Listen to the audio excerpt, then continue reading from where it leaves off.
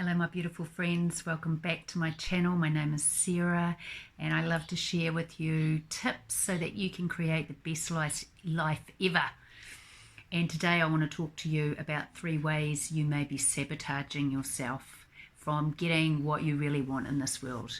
And I know that I used these methods many times in my life, so I want to share them with you.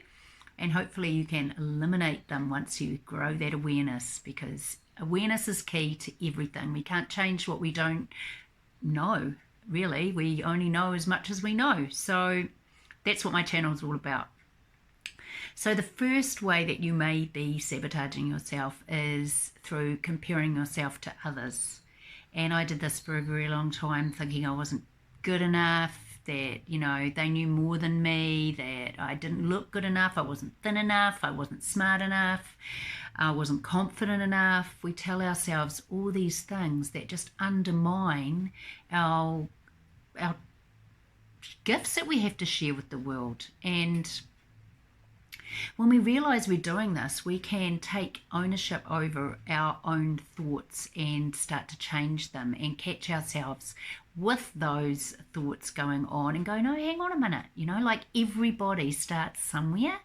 And, you know, we all know something more than somebody else somewhere along. It's not that we're better. It's just that if you've gone and something's interested you or you've learned something, you know, there's lots of other people in the world that don't know that stuff. And yeah, there'll always be somebody that knows more than you, but stop comparing yourself. You know, they might be saying the same thing as you. There's thousands of people sending out messages the same as I'm sending out, but not everybody will resonate with everybody else or me. So, you know, we have to stop comparing ourselves to others. So if you're doing that, number 1, stop it right now. I'm telling you. The second way that we may be judging ourselves is, sorry, there's a dog wandering around outside my window and I'm like, oh, whose dog is that? It's the neighbour's. The second way that we may be sabotaging ourselves is by judging others and judging ourselves. Because when we compare ourselves to others, we tend to judge ourselves as well. And it's all part and parcel of the same thing.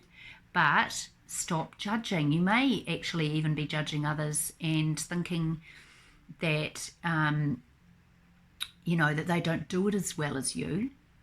But you're still not prepared to put yourself out there because you fear other people judging you.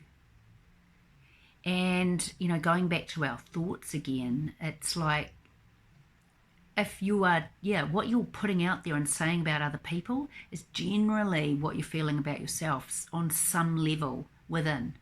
So we have to be so careful about our thoughts.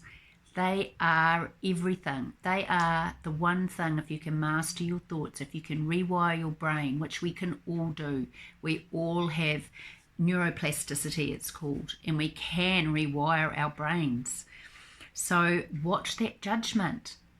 So number 1, stop comparing yourself. Number 2, stop judging others, because on some level you're judging yourself as well. Third way you could be sabotaging yourself is using distractions, and I've also been very good at that. So it might be over-exercising, controlling your diet, your food. It might be endless hours and days on screens or watching Netflix. It might be going down rabbit holes looking at things that you might be interested in, but there's always a healthy balance. You may be drinking, you may be even smoking cigarettes, you're putting a smoke screen up, maybe having endless conversations with people and you've got to be on the phone or distracted, like in communication with people constantly, and you're not okay with just sitting in your stillness and being on your own. You know, like when we are using distractions, we will never get anything done. Usually quite often we are, you know, you start going, oh, I should do this, and then you find yourself playing, I don't know, a game on the internet, or looking at just rubbish that's on there. You know, like you can distract yourself all your whole life while being on the internet actually. And I have to really watch that myself because it's very easy. I live by myself. there's only me. I don't know a whole lot of people in my community, so going on my phone or going on a computer and looking at things is an easy distraction from me actually learning the tools that I need to learn to promote myself on not social media, but promote my business and go out there and help people, because ultimately that's what I want to do. And I can find myself distracting myself sometimes for days. I have to really be disciplined. When I want to shoot a video or do a yoga class, I have to commit to it and I have to follow through. And it's finding that personal discipline to stick with the things that you want to do. And I'm not all about just being really rigid and controlled, but we just have to be aware. Because we can be just using that. You're feeling sad, so what do? Reach for a glass of wine. We've been programmed and conditioned to do this stuff, guys. So like when next time you're feeling sad, feel the sadness and work your way through it and get to the bottom of why you're feeling sad. And it's actually okay to feel sad and know that you're going to come out the other end of it. We have to feel it to heal it.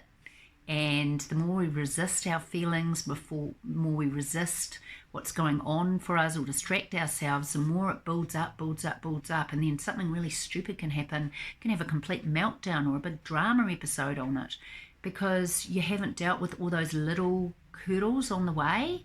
That's why people lose it. So those are 3 ways that you could be sabotaging yourself. So really keep an eye out on what those thoughts that are going on in your head and be aware of them, practicing mindfulness, coming back to being conscious about what's going on for you. And then before you know it, you'll be able to shift it, and those things won't stop you from having the things that you deserve and that you want in your life.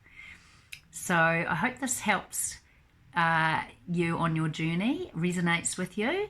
And if you'd like to hear more from me, then please like and subscribe to my channel. I'd love you to do that and help me get the messages out there that I have to share, that I have spent years learning. And, I want to help people fast track and make shortcuts to their lives so they don't have to spend 20 years learning this stuff. So, let my lessons be really, really helpful to you. So that's all from me today. Namaste. Have a lovely day wherever you are, and I'll catch you next time. Bye.